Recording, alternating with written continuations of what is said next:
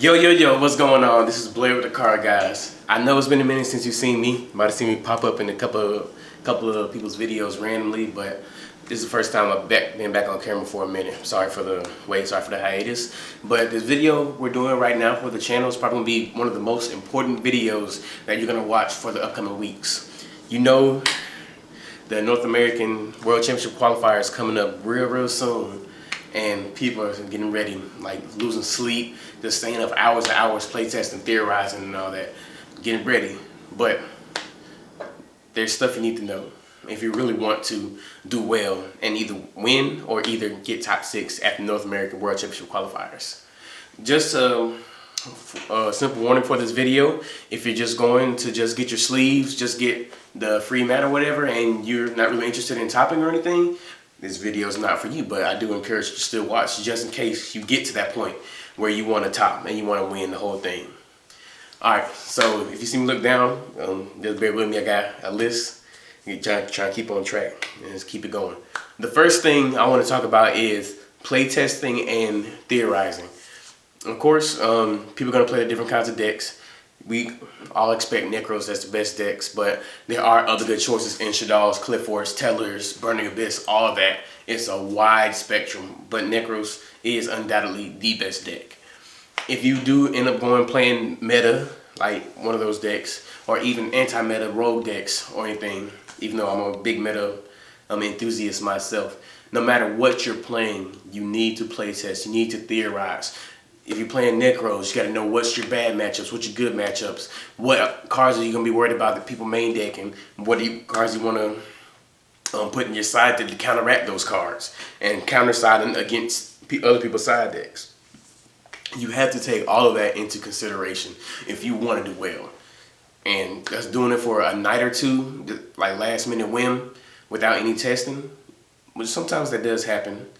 That it does do well, but majority of the time, if you haven't tested it, you're not going into, and you want to see the event not knowing how that card favors against a different card, against a different scenario, top decking draws, top decking, you draw the card, and it's terrible as a top deck, and it can't pull you out of the game, then you more than likely don't need to play it. Play test, hours and hours of play test if you can. Even if it's like an hour or two a day, as long as you're making forward progress into knowing what the card does, how it works for you, how does it simplify the game state, how does it progress your game state. As long as you can figure that out, hour or two a day up until next, then you'll be in good shape. And also just know how to interesting ways to use your cards, like differently than what the norm is for them. So definitely take that in consideration. Number 2, this is something like going into my judge background, policy documents.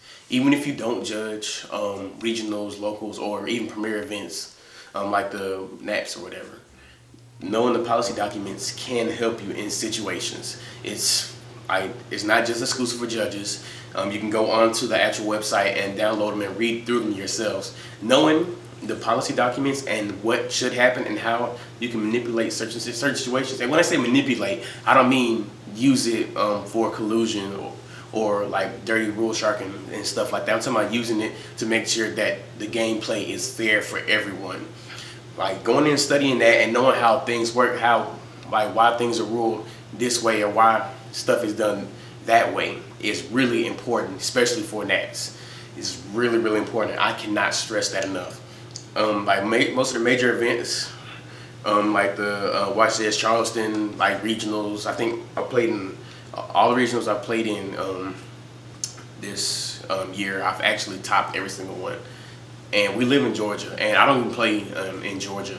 I don't even play Georgia regionals because they had me judging a couple times. I've had judged a couple regionals in Georgia, and just like the regionals and the other events I've played in, I've been able to do good because knowing how the policy documents work, like how the insider stuff and everything, that really helps. I would stress highly that you go and look at the policy documents. You'll learn some stuff and you learn how to work situations in your favor fairly.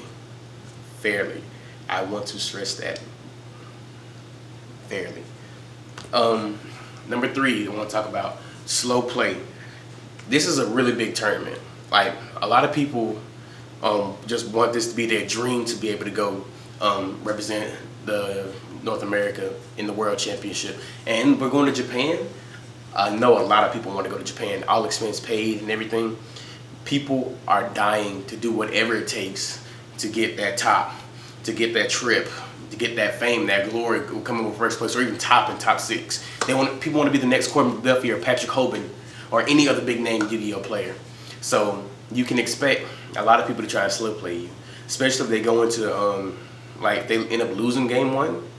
And then, like, say it's the Necros mirror match, and it takes about 25-30 minutes for game 1, and you win game 1 and whatever. So y'all go into game 2. Your opponent might try to slow play you, especially like if it feels like they're in a winning position. They might try to slow play you, take a long time to do their plays, and y'all end up going into time many slow plays, and then he finally goes off and beats you game 2 and forces the draw, because you know you can't roll for the win. You will get banned for that, Zach Liver. But like, you slow play, you really have to watch it.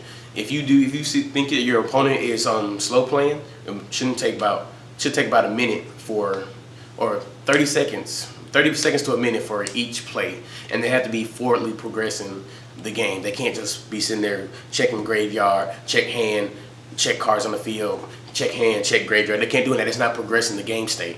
It's not progressing the game. So you need to make sure that they stay on that. If you feel like your opponent is slow playing, it doesn't hurt. Raise your hand, call for a judge.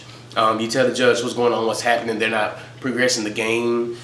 He's sitting there doing the same thing. Keeps checking his hand, checking the grave, check my grave, check my hand or whatever. And if you tell your judge that and they see that that's going on, actually they can give you they'll give them a warning for slow play, and then they'll give you a 3-minute time extension. So a lot of people don't know that, but that is a big thing to try to help avoid you getting in this, like getting dragged into time, like in situations where you don't want to be dragged into time, and it could cost you to either draw or lose the game. And majority of the time, a draw is worse than a loss, especially if you have more than one. Number 4, deck legality. I want to stress this very much so. Last year in I think Detroit, I was playing Scott Page. I think round 8. I want to say round 8. I'm on the bubble with X2, and like this, like it's make or break game for both of us. We're both X2 on the bubble. He beats me game 1. I'm playing Silvers. He's playing Mermails. He beats me. We're getting ready to go side and everything. Be side presents our decks. A judge comes by, and actually we get a mid-round deck check. So we're like, okay, that's cool. He takes the decks. We're talking to each other. Everything's cool. They come back, and the judge pulls to the side and says, one of your numbers are mixed up on 2 of your cards. And like when I was turning in my deck list, I decided to change one of the ratios of my cards, of my monsters, and I just went in and did it. And I didn't look exactly at the names of the monsters I put it by. I thought I put them under the right one, but the numbers were switched on what they were supposed to be, and that cost me to get a game loss, which was my second loss. Means I lost that match, which threw me out of the tournament, which I didn't even get the chance to try and fight to stay in. And that was really shitty. Like, that felt bad. I felt bad. And I was already feeling bad already for that day, and I'll tell you why a little bit later. But going through, when you're doing your deck list, make sure that all the numbers match. Make sure that your deck is legal. Double check, triple check, count, like separate your cards, count your monsters, make sure they match, like each number and everything. Make sure you have limited cards that aren't supposed to be in there, semi-limited. Make sure those numbers are correct. Do them for monster spells, traps, side deck, extra deck. You need to make sure your deck is legal. So if you do randomly get a game, get a deck check, beginning of the round or mid-round, especially if you're winning along, like if you're winning in, like further into the tournament, you're undefeated, they will check you. They will check you, especially if you're undefeated X1. Also, going along with deck legality, extra cards. I know a lot of people play with foreign cards. I love foreign cards myself. They look really, really nice. I like the darker colors on them, especially higher rarity. Playing with foreign cards, you do need to have a translation, especially at this stage. I highly stress that you get a translation. And the ways you can work that, you can either write them out. You can write out the translations handwritten, as long as they're accurate, that counts. You can have them printed out. You don't have to have the picture with it. If you want to, that's fine. You want to be fancy like that, but you can just have them printed out as long as it's accurate.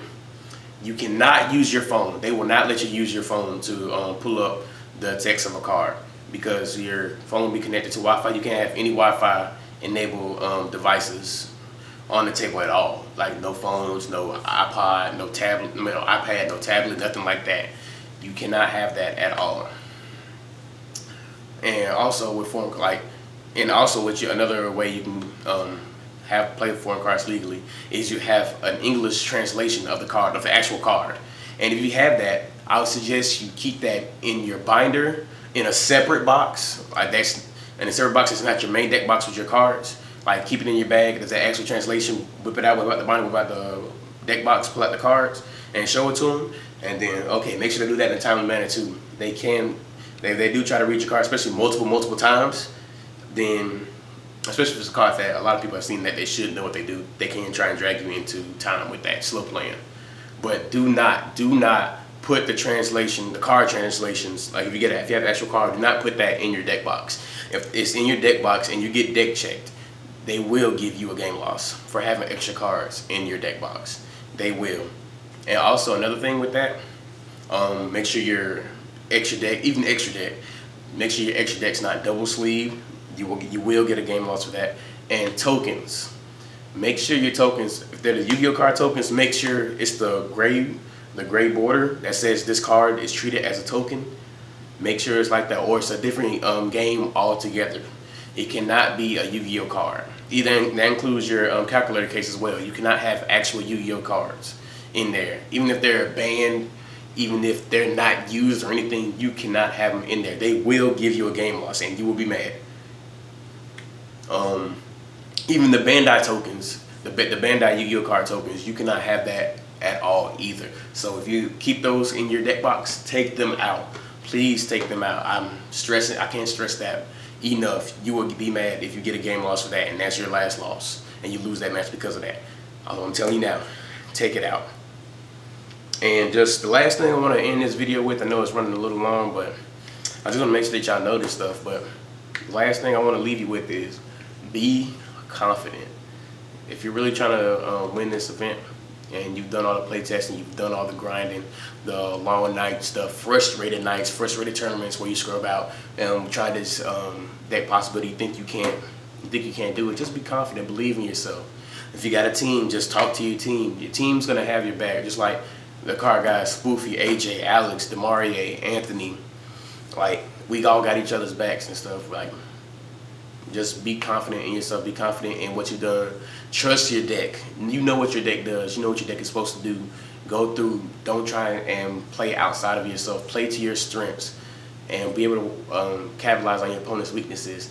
Do not second guess yourself. Second guessing can be like the difference between winning and losing. I just want to give you a quick story.